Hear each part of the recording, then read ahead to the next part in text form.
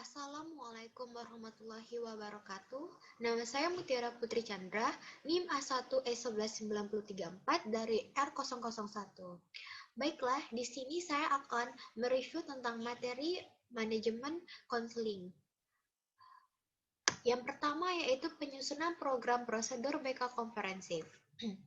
Nah, di sini evaluasi pengajaran, penyusunan program BK di sekolah dimulai dari kegiatan asesmen, dari kegiatan identifikasi aspek-aspek yang dijadikan bahan masukan bagi penyusunan program BK tersebut. Nah, kegiatan asesmen tersebut tuh meliputi asesmen lingkungan, asesmen kebutuhan dan masalah peserta didik, di mana asesmen lingkungan ini yang terkait dengan identifikasi harapan sekolah, harapan orang tua peserta didik, sarana dan prasarana pendukung program bimbingan tersebut, kondisi dan kualifikasi konselor, dan kebijakan pimpinan di sekolah. Nah, sedangkan asesmen kebutuhan dan masa peserta didik ini menyangkut karakteristik tentang peserta didiknya, seperti aspek-aspek fisik peserta didik, kesehatannya, kecerdasannya, motivasi belajarnya, sikap dan kebiasaan belajarnya, minat dan bakatnya, seperti pekerjaan, jurusan, olahraga, seni, dan keagamaannya, masalah-masalah yang dialaminya, dan masalah kepribadian atau tugas-tugas perkembangannya, sebagai landasan untuk memberikan pelayanan bimbingan dan konseling.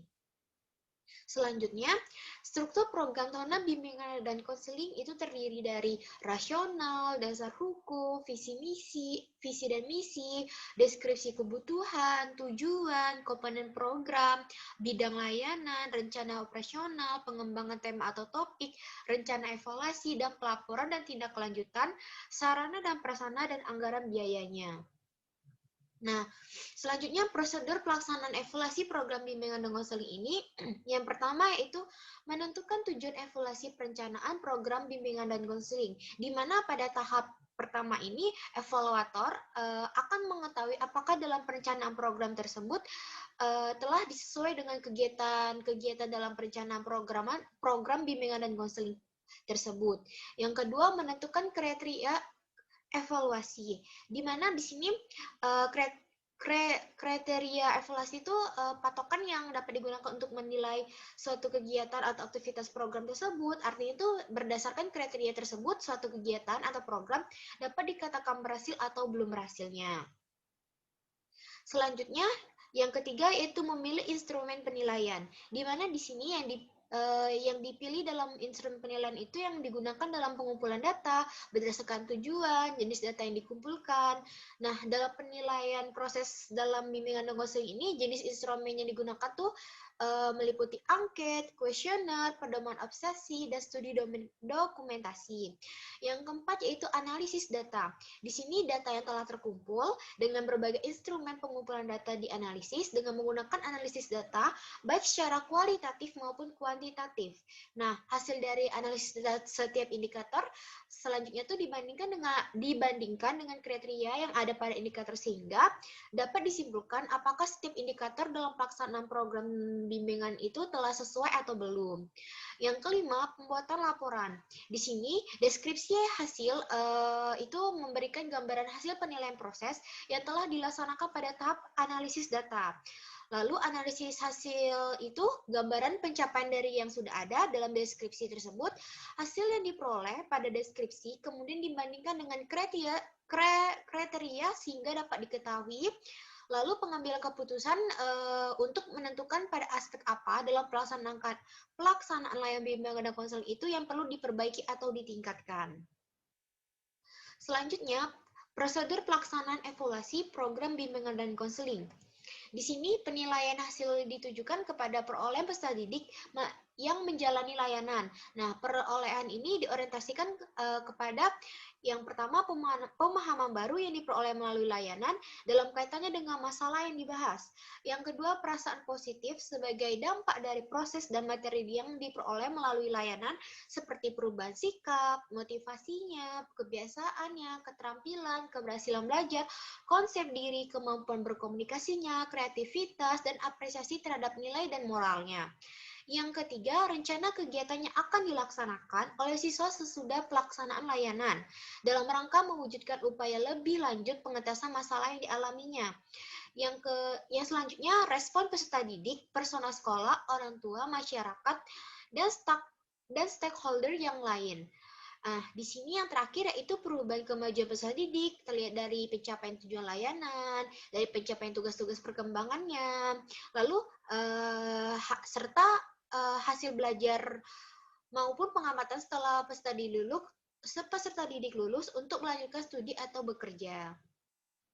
Nah, akuntabilitas bimbingan dan konseling di sini dipandang sebagai konsep penting dalam kehidupan suatu lembaga atau organisasi, di mana konsep ini memungkinkan diperolehnya gambaran kinerja, tanggung jawab seseorang dalam melaksanakan tugas pekerjaannya. Nah, para ahli juga bergelut dalam bidang ini meyakini bahwa akuntabilitas merupakan salah satu prinsip mendasar dalam penyelenggaraan atau terciptanya sebuah pemerintahan, lembaga, organisasi yang baik, menurut Bukhari 2007. Selanjutnya, akuntabilitas dalam bimbingan dan konseling. Di sini menurut Brown dan Trusty, tahun 2005, evaluasi dan akuntabilitas merupakan suatu kesatuan yang tidak dapat dihindari menuju tercapainya tujuan program konseling yang efektif dan efisien. Akuntabilitas dipandang sebagai proses di mana konselor sekolah menunjukkan bahwa kegiatan yang dilakukannya memberikan dampak atau perubahan terhadap para siswa. Dengan kata lain, akuntabilitas ini dipandang sebagai bentuk pertanggungjawaban. Nah, hal ini tuh juga sejalan dengan pandangan Gibson et Mitchell tahun 2011 yang dimana menggunakan istilah akuntabilitas dan evaluasi dengan mengacu kepada upaya mempertanggungjawabkan program konseling.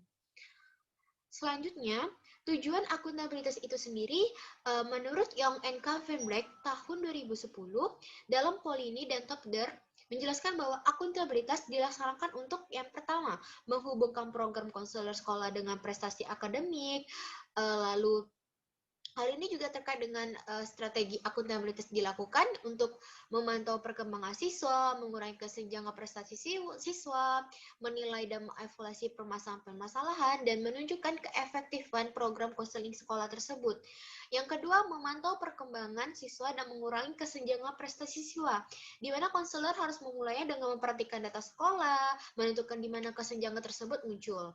Yang ketiga, untuk menilai dan mengevaluasi program. Di sini konselor perlu melihat keefektifan program bimbingan konseling tersebut. Yang keempat, untuk memperlihatkan keefektifan program konseling sekolah, di mana konselor sekolah mengungkapkan atau mengkomunikasikan data dengan stakeholder. Oke, yang selanjutnya itu manfaat akuntabilitas itu sendiri. Menurut Illinois School Counselor Association tahun 2004 memaparkan bahwa yang pertama, akuntabilitas memungkinkan konselor memiliki data spesifik untuk digunakan dalam mengidentifikasi kekuatan dan kelemahan bidang-bidang program. Lalu informasi ini juga dapat digunakan untuk mengubah tujuan serta metode pelaksanaan program tersebut. Yang kedua, data yang diperoleh dapat digunakan untuk memberikan bagaimana siswa bertumbuh, berkembang melalui program tersebut. Data juga digunakan untuk mengidentifikasi bidang-bidang yang masih membutuhkan peningkatan. Yang ketiga, informasi yang diperoleh melalui asesmen harus disampaikan kepada semua stakeholder termasuk siswa, orang tua, dan guru. Yang selanjutnya, informasi perlu disampaikan dengan orang-orang yang terlibat dalam pembuatan kebijakan dan manajemen kebijakan tersebut. Selanjutnya, komponen-komponen akuntabilitas. Yang pertama, menerima tanggung jawab, di mana di sini menyiratkan adanya pertanggungjawaban dalam hal ini pelaksanaan program itu telah dilaksanakan. Menerima tanggung jawab berarti sikap menghadapi kenyataan, tidak menyuguhkan suatu kebenaran, berani mengakui kekurangan dalam program tersebut. Yang kedua adalah komunikasi, di mana komunikasi antara pengelola program dan stakeholder merupakan indikator penting dalam akuntabilitas. Yang ketiga itu penjelasan, di mana penjelasan ini mengenai program kepada stakeholder merupakan komponen penting juga dalam akuntabilitas.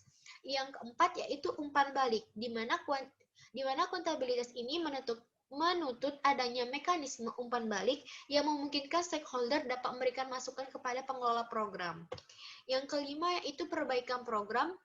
Menurut Emergency Capacity Building Project dalam Furcon Bedrujaman tahun 2014 menjelaskan bahwa menanggapi atau melakukan perubahan didasarkan pada umpan balik yang diterima. Sejalan dengan hal ini, Sternberger and Smith dalam Furqan Bedrujaman tahun 2014 memaparkan bahwa adanya perbaikan yang kontinu merupakan kunci dari akuntabilitas tersebut. Sekian penjelasan review atau preview materi yang saya jelaskan. Saya akhiri. Terima kasih. Wassalamualaikum warahmatullahi wabarakatuh.